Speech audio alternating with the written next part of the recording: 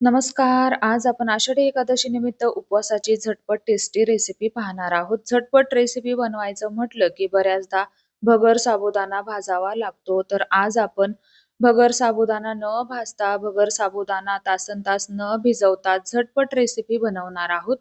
तयार केलेल्या मिश्रणापासून तुम्ही 2 ते 3 रेसिपी आरामात बनवू शकता.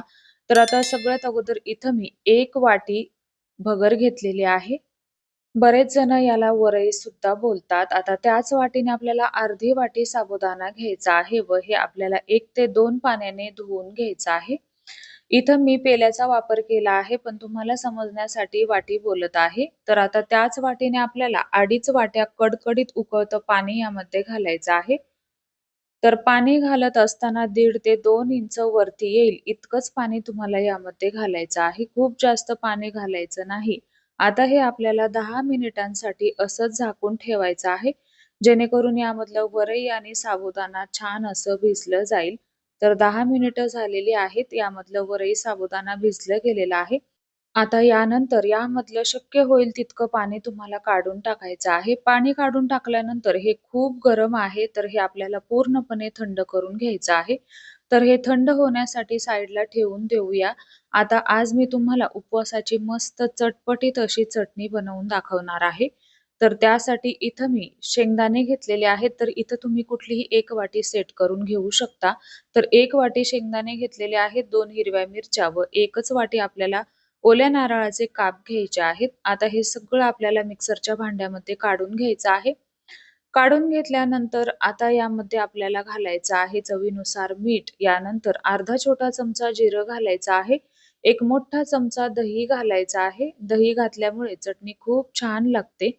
आता हे आपल्याला मिक्सरला बारीक असं फिरवून घ्यायचं आहे. आवडीप्रमाणे तुम्ही यामध्ये गूळ किंवा साखर वापरू शकता. पण अशीच आंबट चटणी आमच्याकडे आवडते, यासाठी मी यामध्ये स्किप केलेलं आहे. आता आपल्याला चटणीला छान असा जिऱ्याचा तडका देऊन घ्यायचा आहे. चटणी तुम्हाला किती घट्ट पातळ हवी आहे त्यानुसार यामध्ये पाणी वाढवायचं आहे. खूप जास्त सैलसर किंवा खूप घट्ट सुद्धा ठेवायची नाही. तयार झाली आपली उपवासाची चटपटीत अशी चटणी.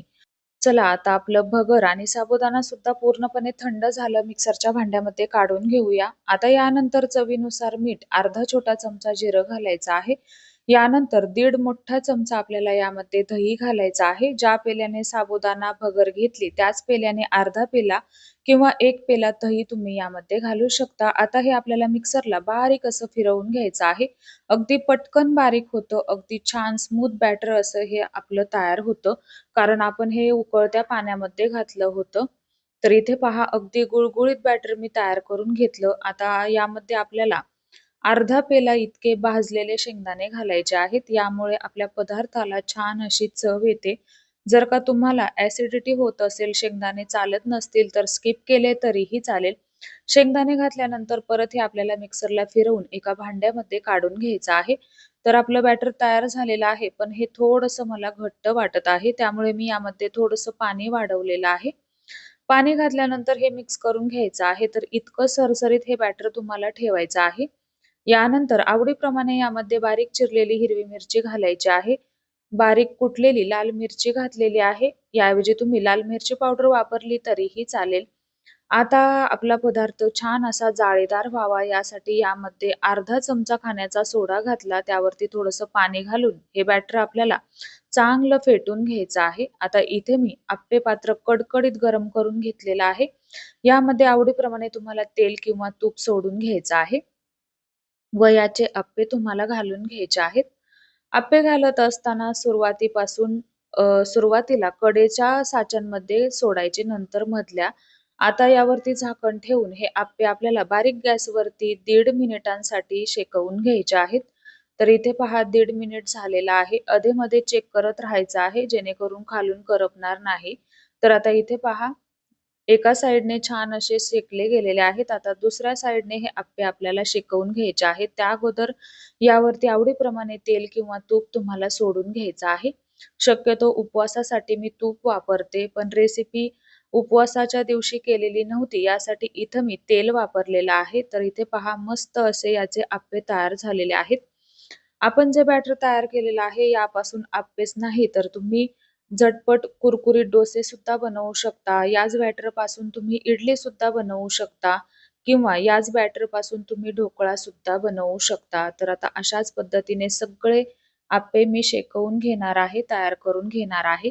घेतलेल्या मिश्रणामध्ये 2 बॅचेस अप्पे माझे तयार झाले. तर इथे पहा मस्त कुरकुरीत वरून आतून छान जाळीदार हे अप्पे तयार होतात. अगदी झटपट ही रेसिपी तयार होते. खूप जास्त वेळ सुद्धा लागत नाही. अगदी मनात येईल तेव्हा तुम्ही ही उपवासाची रेसिपी बनवून खाऊ शकता. तर चला कशी वाटली तुम्हाला आजची रेसिपी? आवडल्यास चॅनलला सबस्क्राईब करा, रेसिपीला एक लाईक नक्की करा आणि हो, ही रेसिपी तुम्ही कुठून पाहत आहात मला कमेंट करून नक्की सांगा. धन्यवाद.